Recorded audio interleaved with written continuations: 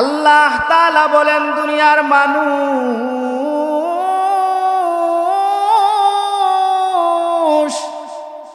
আমি আমার বন্ধুর কাছে ওহী হিসাবে যা কিছু নাজিল করেছি গো,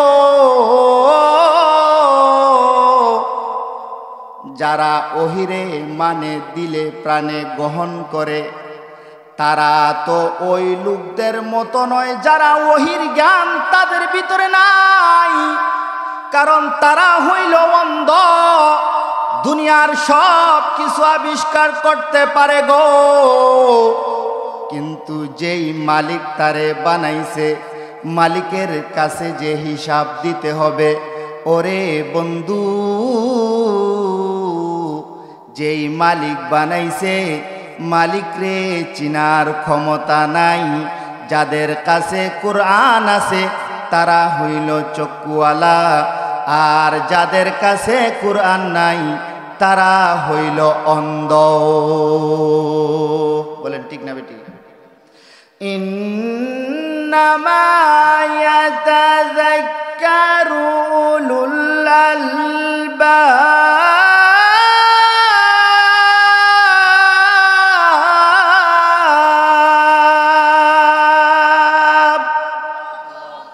আর একটু জুড়ে বলেন আল্লাহু আকবার।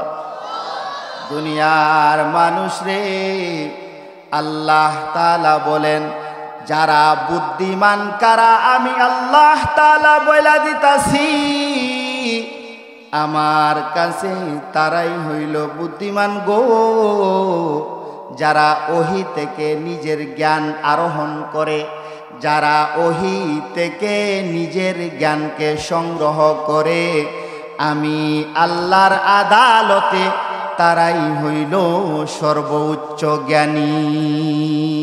আফামান ইয়ালামু আন্নামা উনজিলা ইলাইকা মির রাব্বিকাল হক কামান হুয়া আ'মা ইন্নামা ইয়াতাযাক্কারু উলুল আলবাব। وقال رسول الله صلى الله عليه وسلم يتقارب الزمان وينقض العمل ويلقى الشح ويكسر الحرج. قال ما الحرج؟ قال رسول الله صلى الله عليه وسلم القتل القاتل، أو كما قال عليه الصلاة والسلام. صلى الله على سيدنا ومولانا محمد وعلى آله وأصحابه وسلم وسلم تسليما كثيرا كثيرا. तेरे सिवा महबूब हकीकी कोई नहीं है, कोई नहीं. तेरे सिवा मौजूद हकीकी कोई नहीं है, कोई नहीं. यादों में तेरे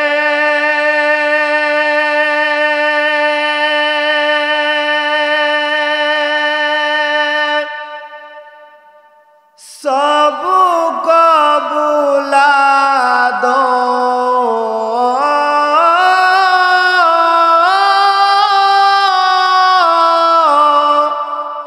जादू में तेरे सबको बुला दो, कोई ना मुझको याद रहे। सब खुशियों को आग लगा दो, खानाए दिल आबाद रहे।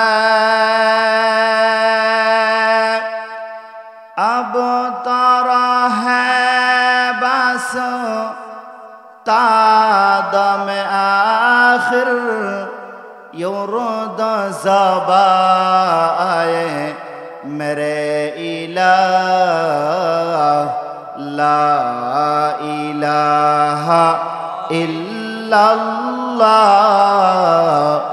ला इलाहा इल्लल्लाह, ला इलाहा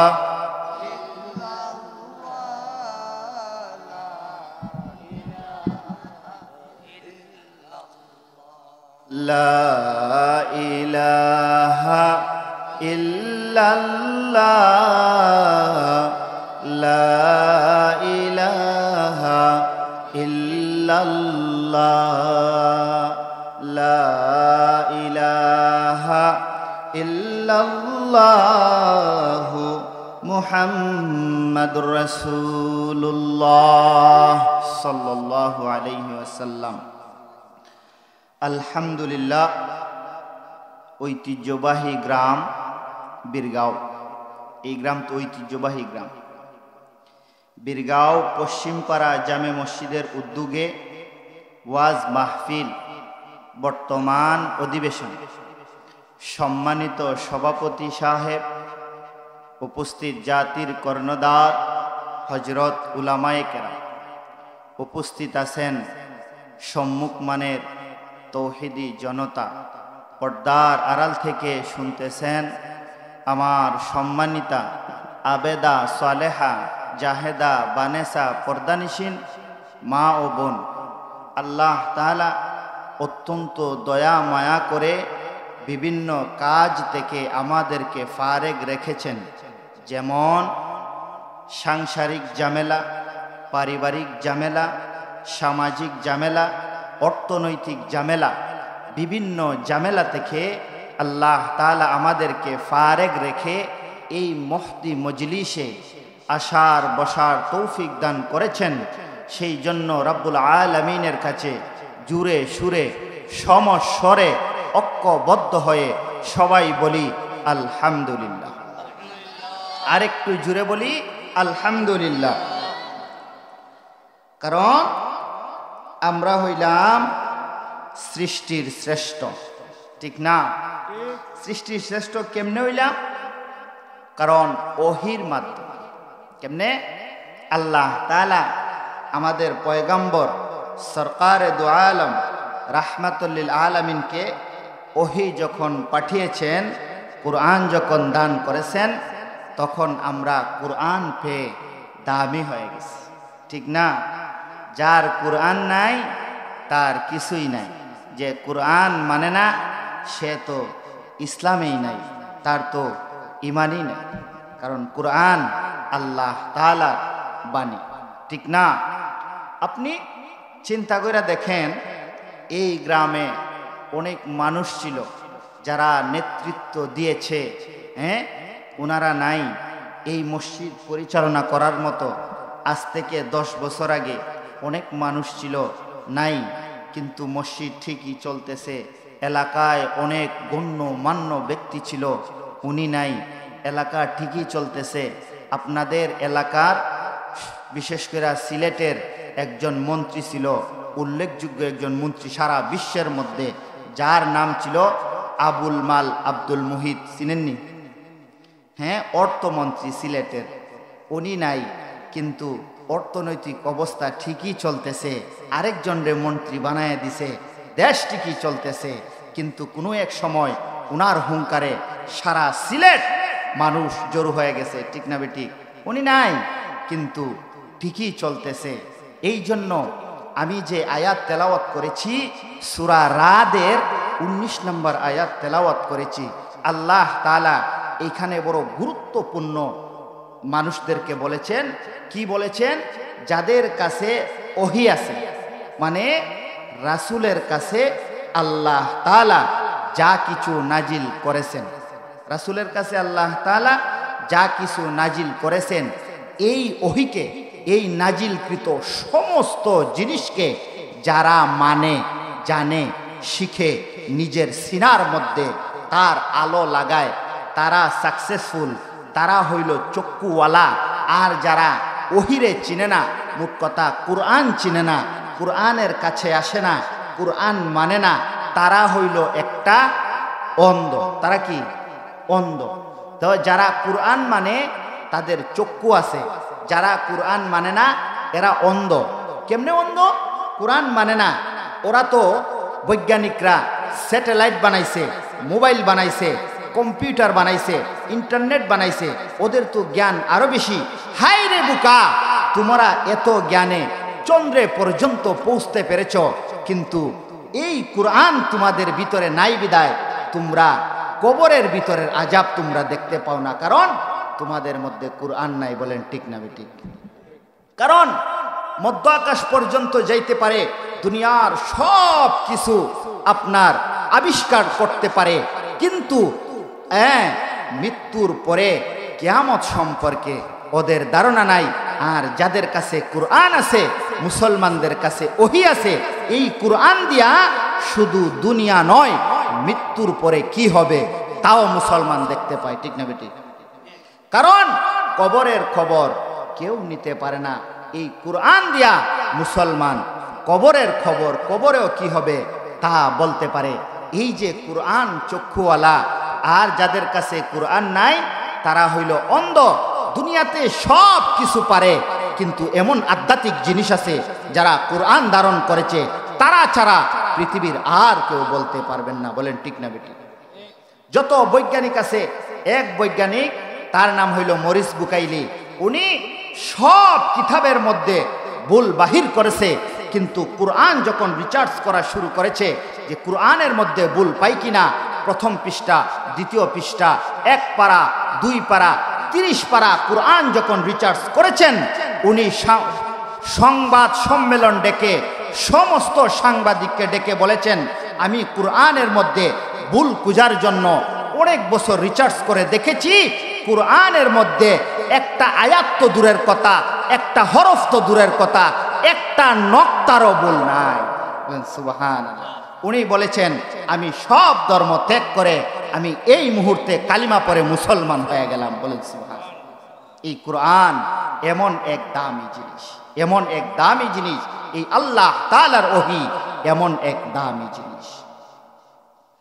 আল্লাহ তাআলা বলেন, আফামান ইয়ালামু আন্নামা উনজিলা ইলাইকা মির রাব্বিকাল হক কামান হুয়া আমা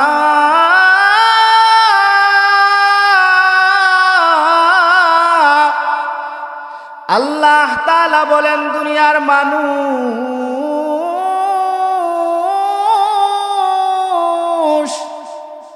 আমি আমার বন্ধুর কাছে ওহী হিসাবে যা কিছু নাজিল করেছি গো,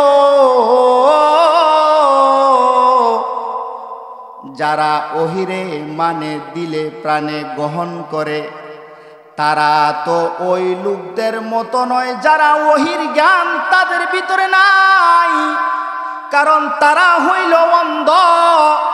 দুনিয়ার সব কিছু আবিষ্কার করতে পারে গো, কিন্তু যেই মালিক তারে বানাইছে, মালিকের কাছে যে হিসাব দিতে হবে। ওরে বন্ধু, যেই মালিক বানাইছে মালিক রে চিনার ক্ষমতা নাই। যাদের কাছে কুরআন আছে তারা হইল চক্ষুওয়ালা, আর যাদের কাছে কুরআন নাই তারা হইল অন্ধ। বলেন ঠিক না বেটি?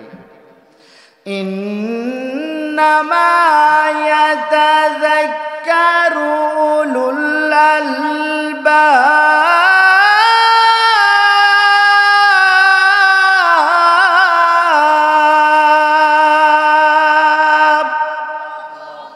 আরেকটু জুড়ে বলেন আল্লাহু আকবার। দুনিয়ার মানুষ রে, আল্লাহ তাআলা বলেন যারা বুদ্ধিমান কারা আমি আল্লাহ তাআলা বইলা দিতাছি, আমার কাছে তারাই হইল বুদ্ধিমান গো, যারা ওহী থেকে নিজের জ্ঞান আরোহণ করে, যারা ওহী থেকে নিজের জ্ঞানকে সংগ্রহ করে, আমি আল্লাহর আদালতে তারাই হইল সর্বোচ্চ জ্ঞানী। বলেন ঠিক না বেটি? কুরআন এমন এক দামি সম্পদ, এমন এক দামি সম্পদ গো, ও আমার বীরগাঁও এলাকার বাসী, কুরআন এমন এক দামি সম্পদ। কুরআন যদি আসমানে নাজিল করা হইতো, কুরআনকে আসমান গ্রহণ করার ক্ষমতা নাই। কুরআন যদি জমিনে নাজিল করা হইতো গো, জমিন কুরআন ধারণ করার ক্ষমতা নাই। পাহাড়ের মধ্যে যদি কুরআন নাজিল করত, পাহাড় কুরআনকে ধারণ করার ক্ষমতা নাই। আল্লাহ তাআলা বলেন লাউ আনজালনা হাযাল কুরআন আলা জাবালিন লারাইতাহু খাশিআম মুতাসাদ্দিআম মিন খাশিয়াতিল্লাহ।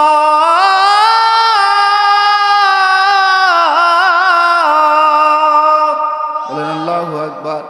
আল্লাহ তাআলা বলেন দুনিয়ার মানুষ, জাবাল মানে পাহাড় গো, যদি পাহাড়ের মধ্যে আমি কুরআন নাজিল করতাম, দুনিয়ার সবচাইতে শক্ত জায়গা হইল পাহাড়। কুটি হিসাবে আল্লাহ তাআলা পাহাড়কে দুনিয়ার মধ্যে ধারণ করে দিছেন, যেন কুটি হিসাবে পাহাড়গুলা দুনিয়াটাকে ধইরা রাখতে পারে। দুনিয়ার সবচাইতে শক্ত জায়গা হইল পাহাড়। মালিক বলেন আমি যদি আমার কুরআনটা পাহাড়ের মধ্যে নাজিল করতাম, পাহাড় ভেঙ্গে জুড়া জুড়া হয়ে যাইত। আমি যদি আসমানে নাজিল করতাম গো, আসমান ভেঙ্গে জুড়া জুড়া হয়ে যাইত। জমিনের মধ্যে যদি কুরআন নাজিল করতাম গো, জমিন একেবারে ধ্বংস হয়ে যাইত। কিন্তু কুরআন আমি আমার বন্ধুর সিনার ভিতরে ঢুকায় দিছি, আমি আমার বন্ধু মুহাম্মদের কলবের ভিতরে ঢুকায়া দিছি। বলেন ঠিক না বেটি? আমার রাসূলের কলবের ভিতরে কুরআন ঢুকায়া দিছেনি না দিছে না? বলেন দিছেনি না দিছে না? যেই কুরআন সমস্ত সৃষ্টিগুলো গ্রহণ করার ক্ষমতা নাই, আমার আপনার রাসূলের কলবের ভিতরে সেই কুরআন ঢুকায়া দিছেন আমার আল্লাহ। সুবহানাল্লাহ বলেন। ও দুনিয়ার মানুষ, কুরআন এমন দামি এক সম্পদ, এমন দামি এক সম্পদ, কুরআনের কত লুট গো। আম্মা জান আয়েশা রাদিয়াল্লাহু তাআলা আনহু বলেন, আমার সঙ্গে রাসূল যখন রাত্রিবেলা শীতের দিনে শুইতেন, আমি রাসূলের চেহারার দিকে তাকায়া তাকায়া দেখতাম, রাসূলের সুন্দর চেহারা দিয়া মুক্তার দানার মতো গাম বায়া বায়া পড়ে গো। আমি রাসূলকে জিজ্ঞাসা করি, সরকার গো, শীতের দিন চলতেছে, মানুষ তো উপরে কম্বল লয়া ঘুমায়, আপনার শরীরের মধ্যে গাম হইতেছে কেন? আল্লাহর রাসূল বলেন, আয়েশা রে, কুরআনের এমন ওজন, কুরআনের এমন লুট, কুরআন যখন গন্টি আকারে মালিক আমার কলবের ভিতরে ঢুকায়া দেয়, মনে হয় যেন উহুদ পাহাড়টা আমার বুকের ভিতরে চাইপা বৈশা গেছি।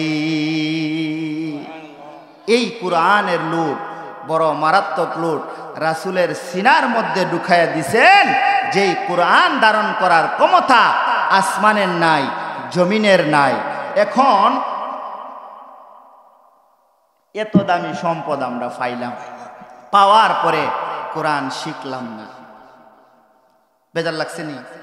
এই তো বড় বেজাল লেগে গেছে, কোরআন আমরা শিখলাম না, কপাল আমরার ফুটছে না। আপনি চিন্তা করবেন না, কোরআনের সঙ্গে আপনি সম্পর্ক লাগান। কেমনে আপনি কোরআনের সঙ্গে সম্পর্ক লাগাইবেন? আপনার সন্তানকে কোরআন শিক্ষা করায় দেন, মাদ্রাসায় পড়ায় দেন, আলেম বানায় দেন, হাফিজুল কোরআন বানায় দেন, আপনিও কোরআনের সঙ্গী হয়ে গেলেন। বলেন সুবহানাল্লাহ। কোরআনওয়ালাদেরকে রাসূল বলেন, কিয়ামতের ময়দানে আল্লাহর রাসূল বলেন, যার সন্তান কোরআন শিক্ষা করলো গো, কিয়ামতের ময়দানে ওই কোরআনওয়ালার আম্মা আব্বাকে এমন সুন্দর নূরের তাজ পরানো হবে গো, যেই তাজের তাজাল্লি সূর্যের আলো ও এই তাজাল্লিতে লজ্জা পায়া যাবে। মানুষ দেখা দেখা বলবে, ও গো আল্লাহ, এত সুন্দর তাজ পরিহিত কে গো আপনার আরশের নিচে দাঁড়ায় আছে? মালিক বলবেন, এরা কে জাননি? তারা হইল আলেমের আম্মা আব্বা। আসেনি? কপাল আমরার পুরছে গো, কোরআন শিক্ষা করতে পারলাম না, সন্তানরেও কোরআন শিক্ষা করাইতে পারলাম না, সব দিকে বেজাল লাগা গেছে।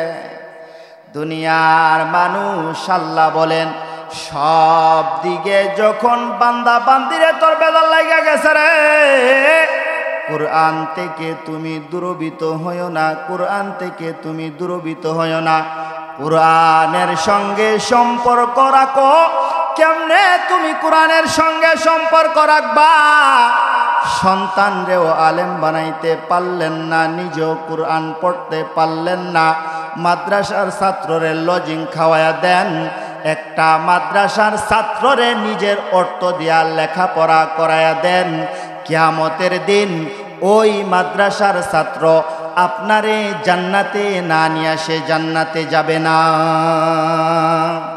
এই আর্থিক অবস্থাও আমাদের নাই। ও মুসলমান, করব কি? রাসূল বলেন, আমার উম্মত রে, সব কিছুই পারলেন না, আলেমের সঙ্গে সম্পর্কটা রাখো, মাদ্রাসার শিক্ষকদের সঙ্গে সম্পর্কটা রাখো। যদি সম্পর্ক রাখতে পারো, এই সম্পর্ক তোমারে জান্নাতে লয়ে যাইব গো। কারণ কোরআন এমন এক দামি সম্পদ, এই কোরআন যদি হাতে লইয়া বলেন কোরআন কোরআন বলতে পারবেন না, কিছু জানেন না, চিনেন না। কিন্তু ইমাম সাহেবকে গিয়া জিজ্ঞেস করেন, ইমাম সাহেব আমারে সূরা ফাতিহাটা শিখায় দেন। ইমাম সাহেব সূরা ফাতিহাটা আপনারে শিখায় দিব, ঠিক না বেঠিক? আল্লাহর রাসূল বলেন, বান্দারে, কোরআন যারা শিক্ষা করলো, একটা হরফে 10টা নাকি, একটা হরফে কয়টা নাকি? কিন্তু বান্দারে, তুমি কোরআন শিখলা না, ভুল বুঝতে পারছ। ইমাম সাহেবের কাছে গিয়া যদি বলো, ইমাম সাহেব গো, আমারে কোরআনটা একটু শিখায় দেন, কুল হুয়াল্লাহটা একটু সহি করে দেন, সূরা ফাতিহাটা একটু সহি করে দেন।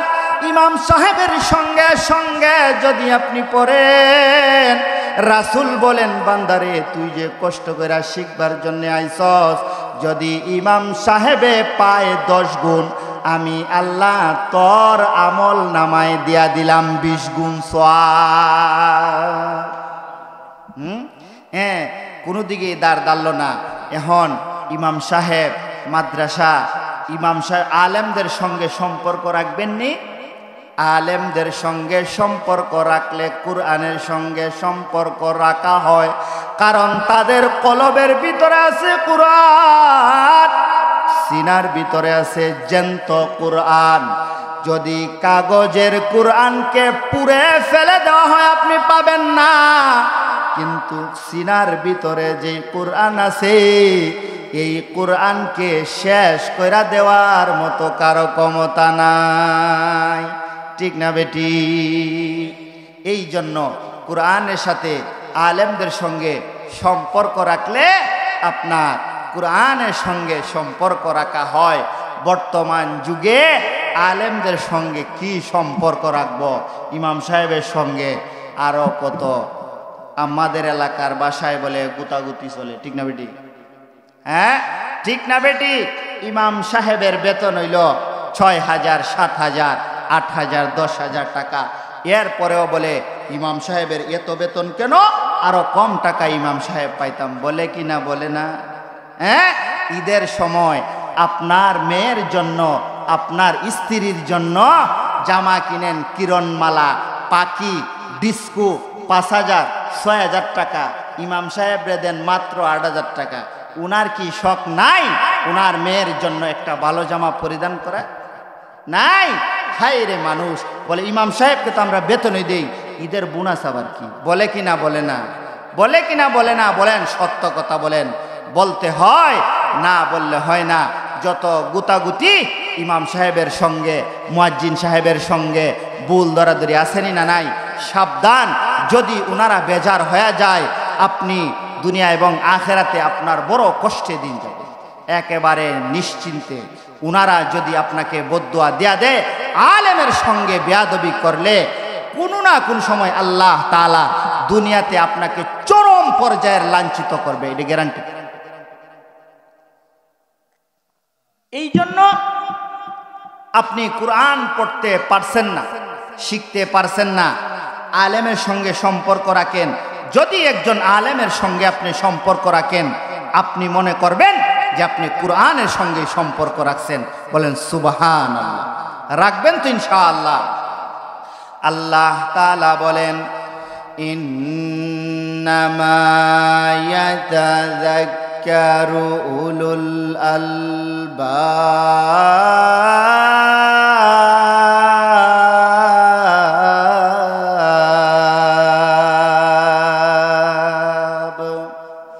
আল্লাহ তাআলা বলেন দুনিয়ার মানুষ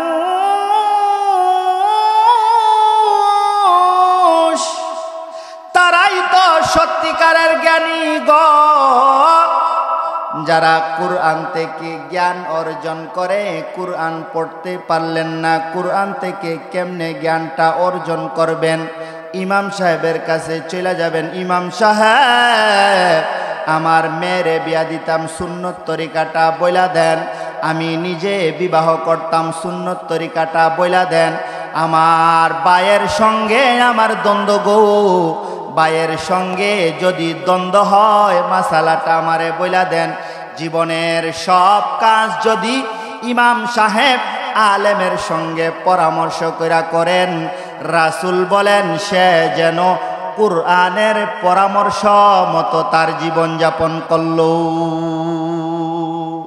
আল্লাহ তাআলা বলেন ওয়া নুনাজ্জিলু মিনাল কুরআনি মা হুয়া শিফাa'un ওয়া রাহমাতুল লিল মুমিনিন।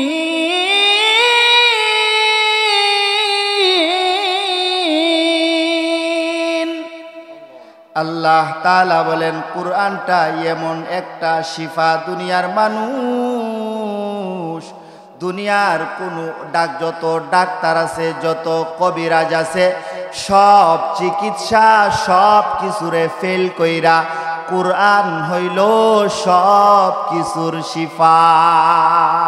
বলেন সুবহানাল্লাহ।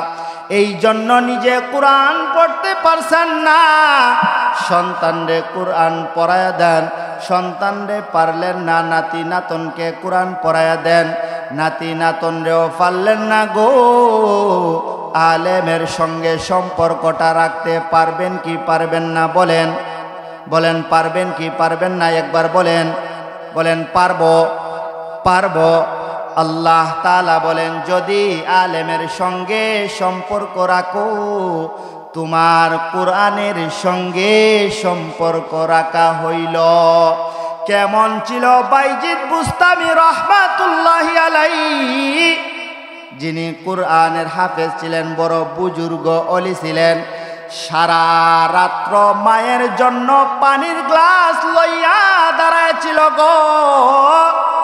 বাইজিদ মায়ের দোয়া আল্লাহ তাআলা এমন ভাবে কবুল করছে, বাইজিদ আল্লাহ তাআলার অলি হিসাবে পরিণত হইছে। বাইজিদের যখন কয়েক বছর হয়েছে, মাদ্রাসায় পড়ার সময় হয়েছে, দুনিয়ার মানুষ বাইজিদের যখন মাদ্রাসায় পড়ার বয়স হয়েছে, বাইজিদের আম্মা বাইজিদরে হাতে ধইরা মাদ্রাসায় নিয়ে ভর্তি করে দিছে। কোন জায়গায় ভর্তি করছে? মাদ্রাসায় ভর্তি করে দিছে। উস্তাদজিকে বলে, উস্তাদজি আমার বাইজিদরে আলেম না বানাইয়া বাড়িতে ছুটি দিবেন না। কি বলেছেন?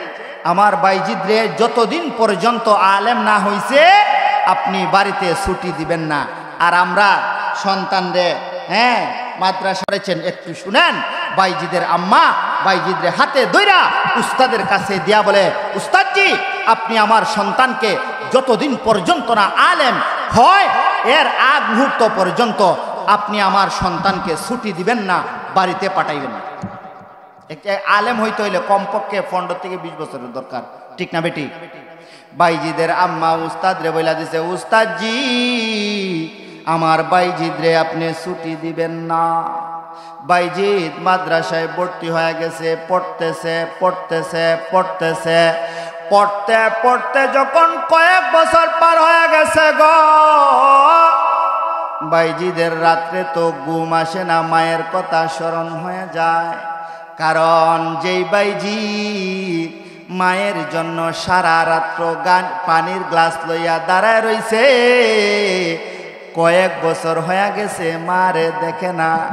বাইজিদের ঘুমে ধরে না, বাইজিদের চোখের মধ্যে মায়ের চেহারাটা বাসে গো।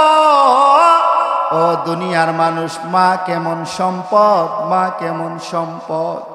দুনিয়ার মানুষ রে, আল্লাহ তাআলার পরে যার সিনার ভিতরে আল্লাহ তাআলা মহব্বত ডাইলা দিছেন, তিনি হইলেন আপনি আমার মা, ঠিক না বেঠিক?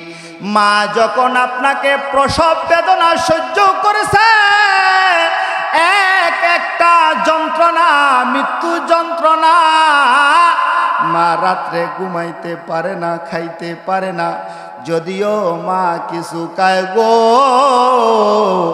সঙ্গে সঙ্গে বমি করে দেয়। মা ঘুমাইতে পারে না, এক একটা মৃত্যু যন্ত্রণা লইয়া। মা যখন আপনাকে আমাকে প্রসব করেছেন, ও দুনিয়ার মানুষ, রক্তের বন্যা বয়া গেছে।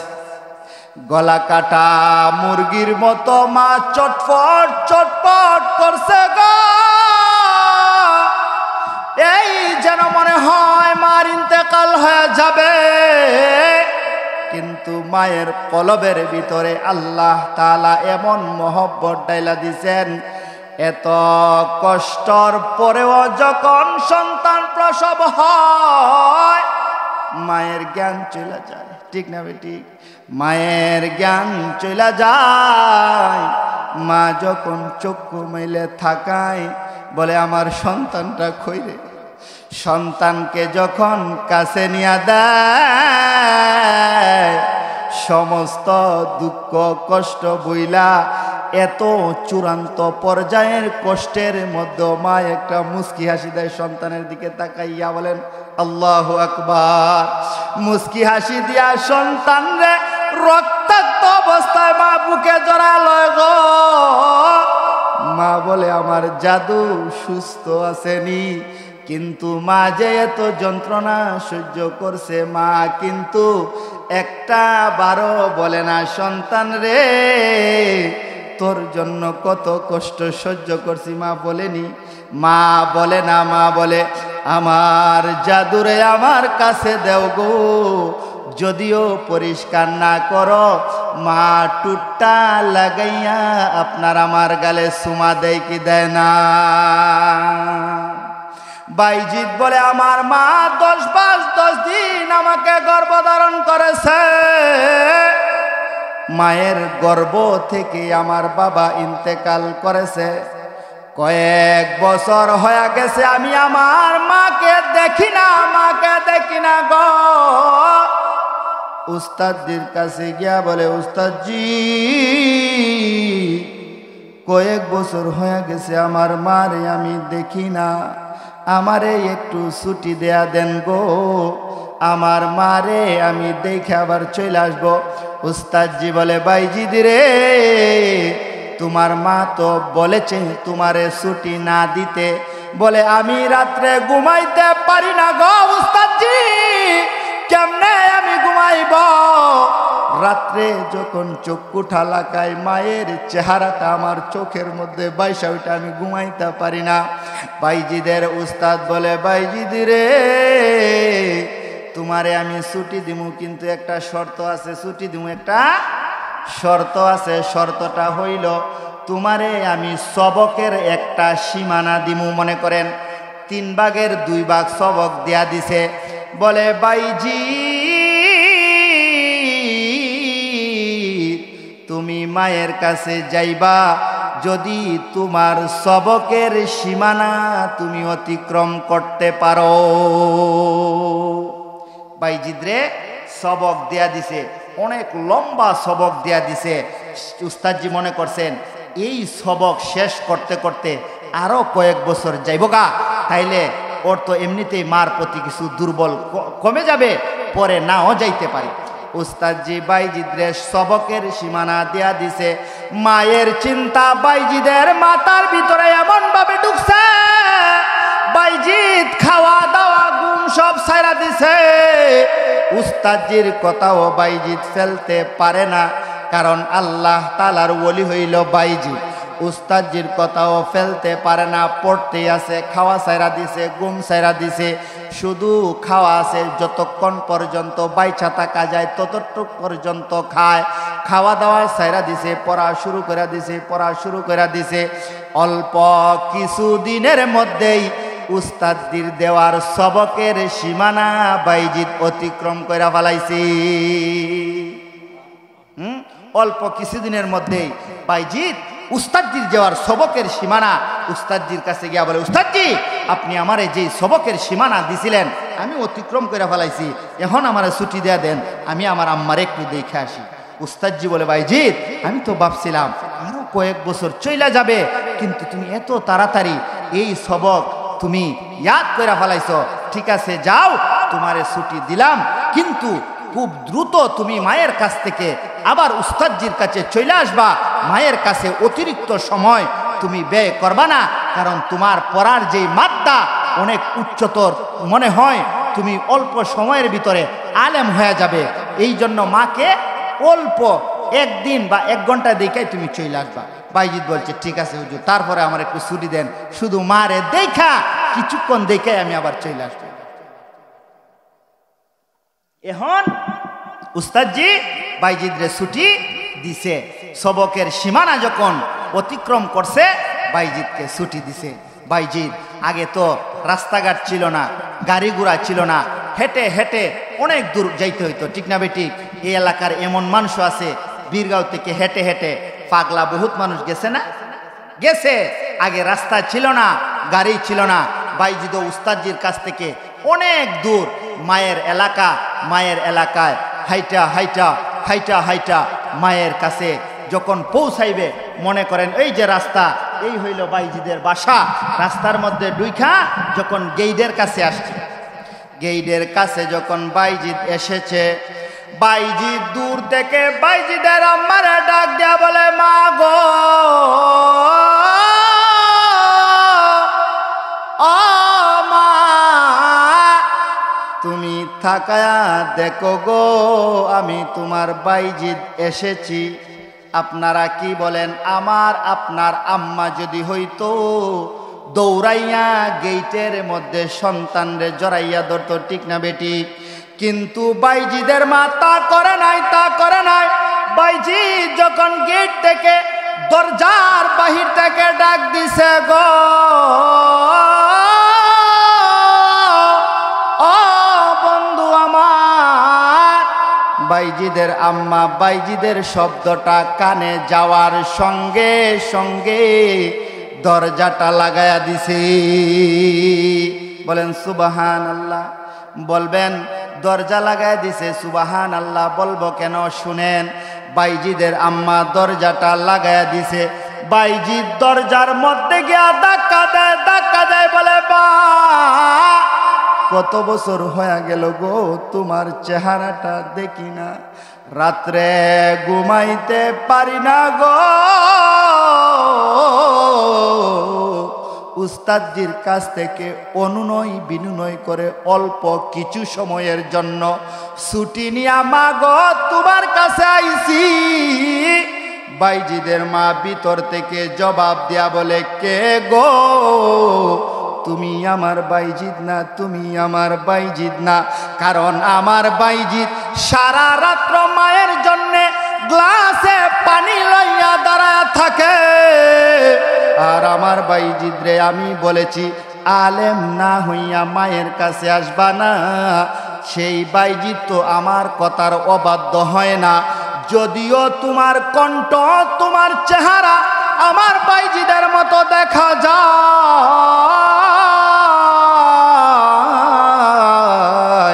তুমি আমার বাইজিদ না। আমার বাইজিদ যেই দিন মায়ের কাছে আসবে অবশ্যই অবশ্যই আলেমের পাগড়ি লইয়া মায়ের কাছে আসবে। বলেন সুবহানাল্লাহ। এই রকম ভাবে সন্তানদেরকে কঠোর মহব্বত করতে হয়, কঠোর মহব্বত নিজের জন্য, নিজের ফ্যামিলির জন্য। ও দুনিয়ার মানুষ কপাল আমদার পুরছে গো, নিজে কোরআনের সঙ্গে সম্পর্ক রাখতে পারলাম না। সন্তান রে একদিন কইলাম না, সন্তান রে তুমি নামাজ কেন পড়ো না, কোরআন কেন পড়ো না? কারণ সন্তান রে কেমনে বলমু, সন্তান রে বললে তো আমাদের লজ্জা লাগে, ঠিক না বেটি? নিজের বিবেককে একটু প্রশ্ন করে দেখেন, বাইজিদের মা যে কঠোর পন্থা অবলম্বন করেছে, আপনি আমি যদি আল্লাহর জন্য, দ্বীনের জন্য কঠোর পন্থা অবলম্বন করি, অবশ্যই অবশ্যই আপনার সন্তান আলেম হিসাবে পরিণত হইবে, ঠিক না বেঠিক? আল্লাহ তাআলা বলেন, ওয়ামান আরাদাল আখিরাতা ওয়া সাআলাহা সায়াহা ওয়া হুয়া মুমিন ফাউলাইকা কানা সায়ুহুম মাশকুরা।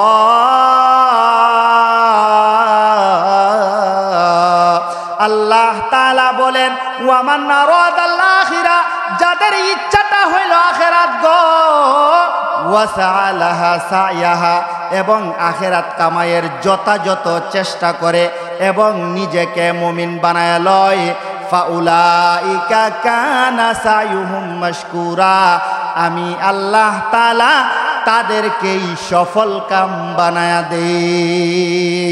আপনার আমাদের ইচ্ছা আখিরাত আসেনি? বলেন আখিরাত আমাদের নাই। কেমনে নাই? নিজেও কোরআন শিখলাম না, সন্তান রেও কোরআন শিক্ষা দিলাম না।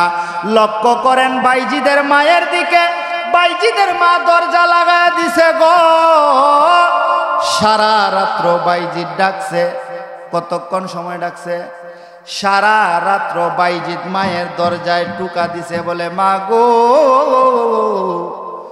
শুধু একটা নজর তোমারে দেখে আমি চলে যাবো, আমি থাকবো না মা, আমি থাকবো না।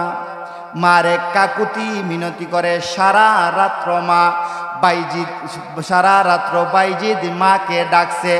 মুহূর্তের জন্যেও বাইজিদের মা দরজা খুলে নাই। বলেন সুবহানাল্লাহ। দরজা খুলে নাই বাইজিদ, সারা রাত্র দেখে বলে আমার মা দরজা খুলবে না, আমি চলে যাই। উস্তাদজির কাছে আবার বাইজিদ চলে গেছে। মায়ের সঙ্গে বাইজিদের দেখা হয় নাই। উস্তাদজির কাছে বলে, বাইজিদ রে, মায়ের সঙ্গে দেখা করে তো তাড়াতাড়ি চলে আসলা কেন? বাইজিদ বলে, উস্তাদজি যেটা ভাবছেন সেটা নয়, আমি মাকে দেখার চেষ্টা করেছি, সারা রাত্র মাকে ডাকছি গো, মুহূর্তের জন্যেও মা দরজাটা খুলে নাই।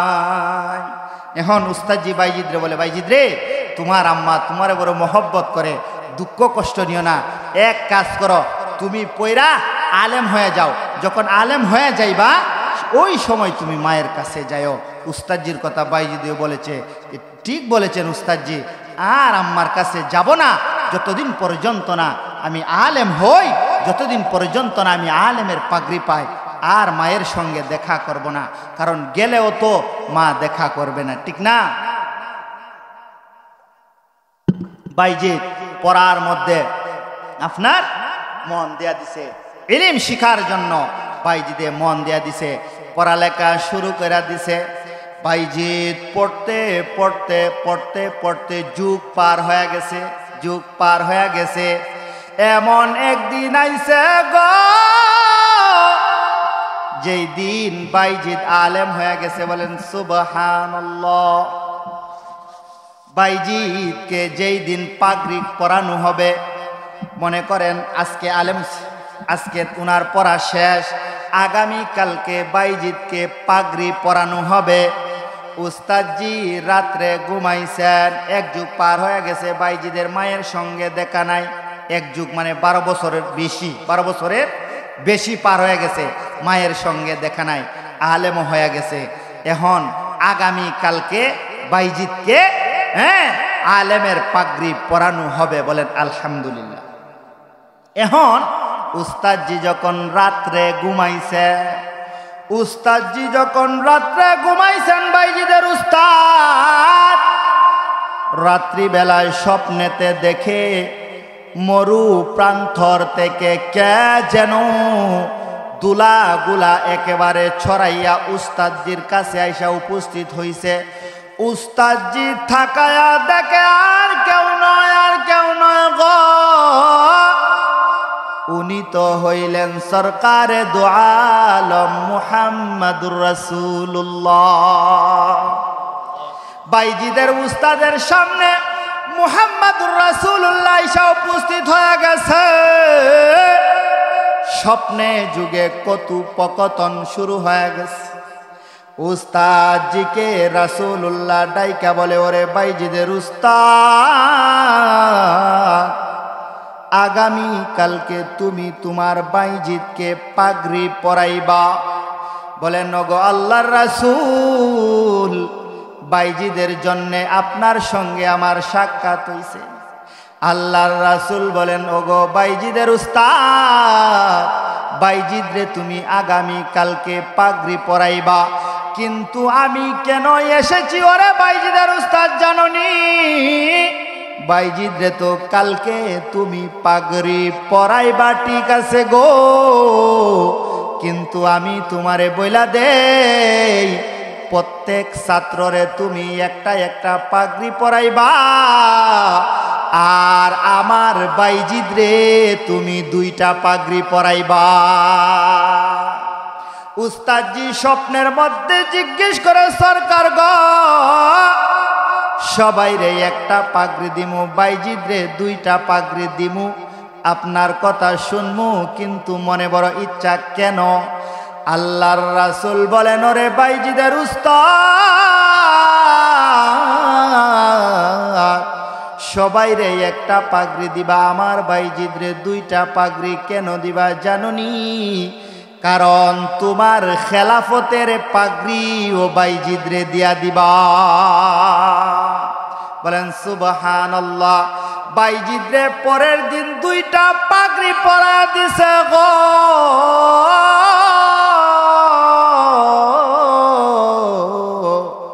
দুইটা পাগড়ি লইয়া আবার বাইজিদ হাঁটতে হাঁটতে হাঁটতে হাঁটতে মায়ের দরজার কাছে গিয়া ডাক দিয়া বলে, মা আমি তোমার বাইজিদ আইছি গো ও মা। একটা অলির পাগড়ি লয়ে আইছি আর একটা আলেমের পাগড়ি লয়ে আইছি।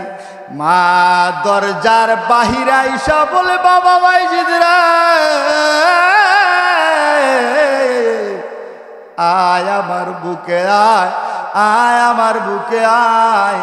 কারণ মা তোমার সঙ্গে দেখা করি নাই গো, এই দিনটার জন্য আমি অপেক্ষা করেছি।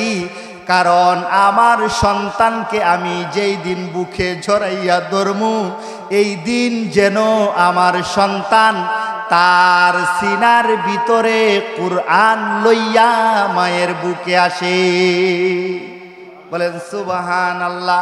মা বাইজিদ রে জড়ায় ধরছে, মারে বাইজিদ জড়ায় ধরছে, কান্নার রুল পড়া গেছে। মা বাইজিদ রে ঘরের মধ্যে গিয়া বাইজিদ রে তাকায় তাকায় দেখে আর বলে বাইজি আগে আমার বাইজিদ রে দেখছি গো, এখন আমার আলেম বাইজিদ রে আমি একটু মন বইরা দেখি। মা আগের মতো কানে শুনেন না, চোখেও মা দেখেন না, কারণ মা বৃদ্ধ হয়ে গেছে। বাইজিদকে ডাক দিয়া বলে বাবা যাও মায়ের জন্য একটু পানি নিয়ে আসো, মা ওযু করব।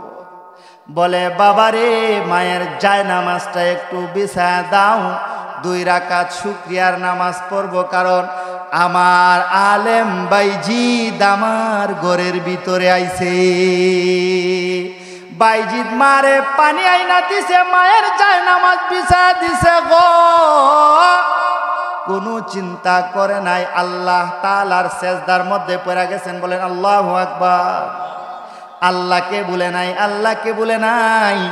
সন্তান দিয়াও আল্লাহ তাআলাকে কামাই করছেন। মা 2 রাকাত শুকরিয়ার নামাজ আদায় করছে। শুকরিয়ার আদায় নামাজ আদায় কইরা মা সেজদার মধ্যে পড়া গেছে। সেজদার মধ্যে পড়া বলেন ওগো আল্লাহ, আল্লাহ গো বাইজিদ রে আপনি আলেম বানাইছেন, বাইজিদের সিনার ভিতরে কুরআন ঢুকায়া দিছেন। এখন আমি অসুস্থ হয়ে গেছি, আগের মতো কানে শুনি না, চোখেও দেখি না। ওগো আল্লাহ দুনিয়াতে যদি আমি থাকি আমার সন্তান আমার খেদমত লাইগা যাবে। আল্লাহ গো দুনিয়াতে আমি আমার সন্তানের খেদমত লইবার চাই না। ওগো আল্লাহ কিয়ামতের ময়দানে আমি আমার সন্তানরে দিয়া খেদমত লইবার চাই। বাইজিদের মা যখন সাজদায় পড়া কান্না শুরু করে দিছে গো, আল্লাহ তাআলা মালাকুল মউত পাঠায়া দিছেন। আর বাইজিদের মা দোয়া করছেন গো আল্লাহ কিয়ামতের ময়দানে যেন আমারে বাইজিদের আম্মা কয়া ডাক দেওয়া হয়। এই কথা বলতে দেরি হইছে, আল্লাহ তাআলা মালাকুল মউত পাঠায়া দিছে। সেজদার মধ্যেই বাইজিদের মার ইন্তেকাল হয়ে গেছে। কারণ সন্তান দিয়া দুনিয়া চায় নাই, কুরআনের খেদমত নিছে, সন্তানের সিনার ভিতরে কুরআন ঢুকাইছে গো। সম্পদের চিন্তা করে নাই, সন্তানের খেদমতের চিন্তা করে নাই, চিন্তা করেছে একমাত্র আখিরাতের। ঠিক না বেঠিক? এই জন্য দুনিয়ার জীবন কোন স্থায়ী জিন্দেগির বন্ধু। আল্লাহ তাআলা বলেন চক্ষু লাগাও, কলবরে নুরান্বিত করো। কেমনে করবা? আল্লাহ তাআলা বলেন আফামান ইয়ালামু আন্নামা উনজিলা ইলাইকা মির রাব্বিকাল হক কামান হুয়া আ'মা।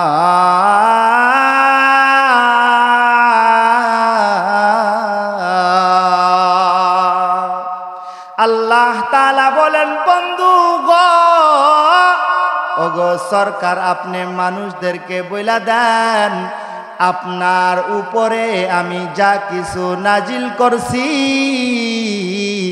যারা এইগুলা মানে এবং গ্রহণ করে, কুরআন মানে এবং গ্রহণ করে, তারা হইল চক্ষুওয়ালা।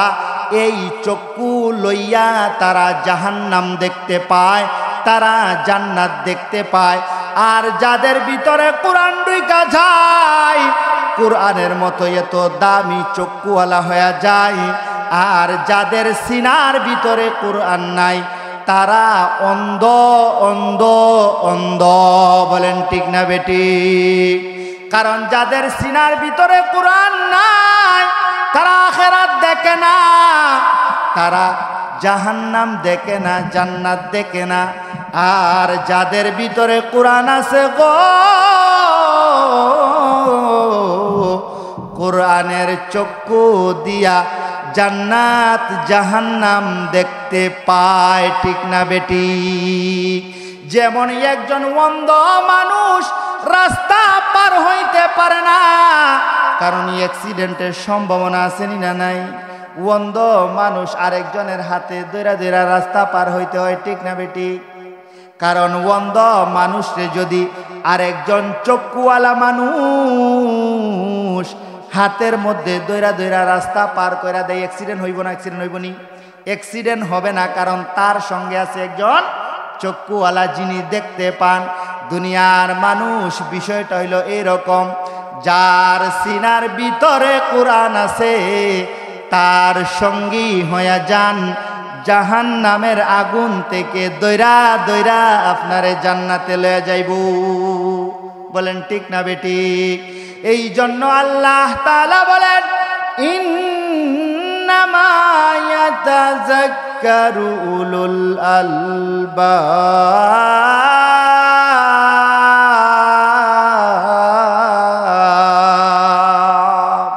আল্লাহ তাআলা বলেন, প্রকৃত পক্ষে জ্ঞানী হইল তারা, যারা আল্লাহ তাআলার ওহী থেকে, কুরআনুল কারীম থেকে নিজের জ্ঞানকে সংগ্রহ করে। কিন্তু আমরা তো দুনিয়ার মায়ায় পড়ছি। ঠিক না বেটি? কুরআনের সঙ্গে আমরার সম্পর্ক নাই, আলেমের সঙ্গে আমাদের সম্পর্ক নাই। বাইজিদের ঘটনা বলার উদ্দেশ্য, মা বাইজিদরে লইয়া টাকা কামাইছে নি না আখিরাত কামাইছে? আখিরাত কামাইছে। আল্লাহ তাআলা হায়াত নামক জিন্দেগি দিছে দুনিয়া কামানোর জন্য নয়, দুনিয়া কামানোর জন্য নয়, আখিরাত কামানোর জন্য। বলেন ঠিক না বেটি? আল্লাহ তাআলা দুনিয়াতে আপনাকে এত মূল্যবান সময় কেন দিছেন? কারণ দুনিয়াতে আপনি যেন আখিরাত কামাই করতে পারেন। সন্তান হোক, সম্পদ হোক, আপনি সব কিছু দিয়া যেন আখিরাত কামাই করেন।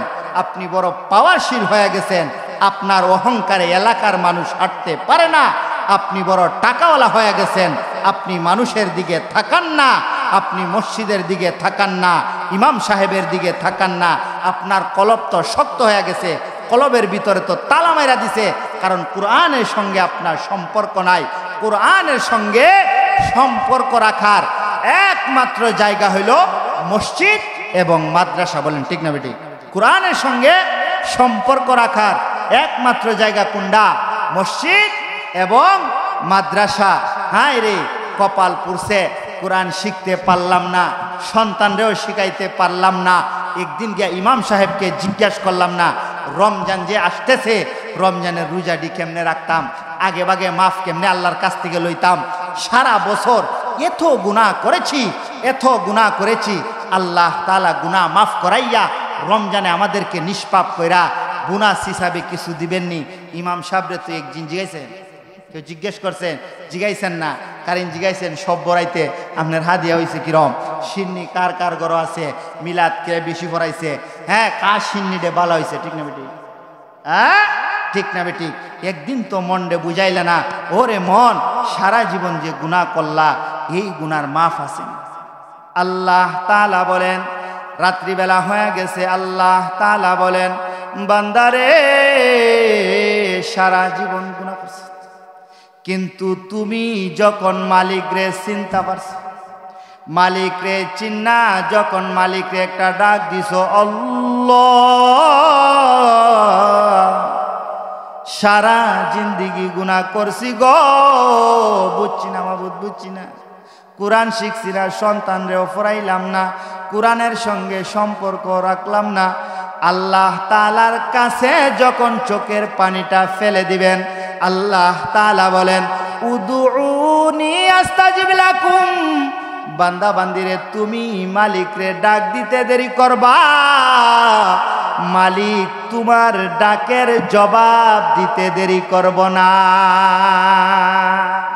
এই জন্য আজকের এই ওয়াজ থেকে আপনার একেবারে মাফ লইয়া যাইবেন তো ইনশাআল্লাহ, সবাই নিয়ত করেন একবারে আল্লাহ যাইবেন তো ইনশাআল্লাহ। এই জন্য কোরআনের সাথে সম্পর্ক রাখছি না, তাইলে মাদ্রাসার সঙ্গে মসজিদের সঙ্গে সম্পর্ক রাখবেন নি? হ্যাঁ, তাহলেই তো আপনার কোরআনের সঙ্গে সম্পর্ক রাখা হয়। এতক্ষণ ওয়াজের দ্বারা কি বুঝলেন, কোরআনের সঙ্গে কেমনে সম্পর্ক রাখবেন শিখছেন না, সমস্যা নাই, মসজিদের সঙ্গে সম্পর্ক রাখেন। এখন মসজিদের সঙ্গে কেমনে সম্পর্ক রাখবেন? হ্যাঁ, আল্লাহ তাআলা বলেন ইন্নাল্লাযীনা ইয়াতলুনা কিতাবাল্লাহ, নিশ্চয় যারা কোরআন তেলাওয়াত করবে, নিশ্চয় যারা কোরআন তেলাওয়াত করবে, কোরআনের সঙ্গে সম্পর্ক রাখবে, ওয়াকামুস সালাহ এবং নামাজ কায়েম করবে। কোরআনের সাথে সম্পর্ক করলে মসজিদের দরকার আছে নি? ওয়াকামুস সালাহ, নামাজ কায়েম করতে হবে, নামাজ কায়েম করলে মসজিদের সঙ্গে সম্পর্ক রাখার দরকার আছে নি? ওয়া আনফাকু মিম্মা রাযাকনাহুম সিররান ওয়া আলানিয়াহ, এবং মালিক যেই সম্পদ দিছি গো, এই সম্পদ আল্লাহ তাআলার রাস্তায় ব্যয় করো। যদি তুমি তিনটা কাজ করতে পারো রে বন্ধু, আল্লাহ তাআলা বলেন তিজারাতাল লান তাবুর,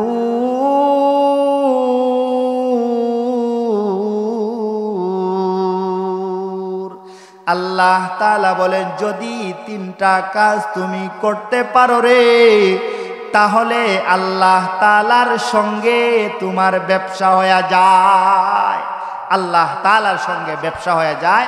এক নম্বরে কোরআন, দুই নম্বরে নামাজ, তিন নম্বর হইল আল্লাহ তাআলার রাস্তায় ব্যয় করা। ঠিক না বেটি? আল্লাহ তাআলার রাস্তায় ব্যয় করা তিন নম্বরে। এমন এক দামি কাজ, এমন এক দামি কাজ, দুনিয়াতে আল্লাহ তাআলা সঙ্গে সঙ্গে এর প্রতিফলন দেন, আমরা দেখি না, আমরা দেখি না। যদি দেখতাম পাগল পারা হইয়া মসজিদে আমরা দান করতাম। ঠিক না বেটি? এই জন্য আপনার আম্মা নাই, আপনার আব্বা নাই, আপনার সন্তান মাদ্রাসায় পড়ে, মসজিদের সঙ্গে আপনার কিছু দিয়া, মসজিদ তো আপনারা এলাকাবাসীরাই চালান, ঠিক না? ইমাম সাহেবরে আপনারাই বেতন দেন, ঠিক আছে? তাইলে মসজিদ চালাইতেইব। এই যে মাহফিলের আয়োজন করছেন, আপনারা তো করছেন, আপনারা করছেন না? টাকা দিছেন, পয়সা দিছেন, অনেক টাকা ব্যয় হয়েছে কি হয়েছে না? মসজিদের বাৎসরিক ইমাম, মুয়াজ্জিন, এভরিথিং মিলায়া কারেন্ট বিল অনেক টাকা খরচ হয়। কত সুন্দর অজুর ব্যবস্থা, বাথরুমের ব্যবস্থা আছে, এগুলো আপনাদের সাহায্য দেওয়া হয়। এই যে দানগুলা যারা করছে, যারা করতেছে, আল্লাহ তাআলা কিয়ামতের ময়দানে উহুদ পাহাড়ের চাইতে আরো বড় কইরা আপনার আমল নামায় দেয়া দিব। বলেন সুবহানাল্লাহ।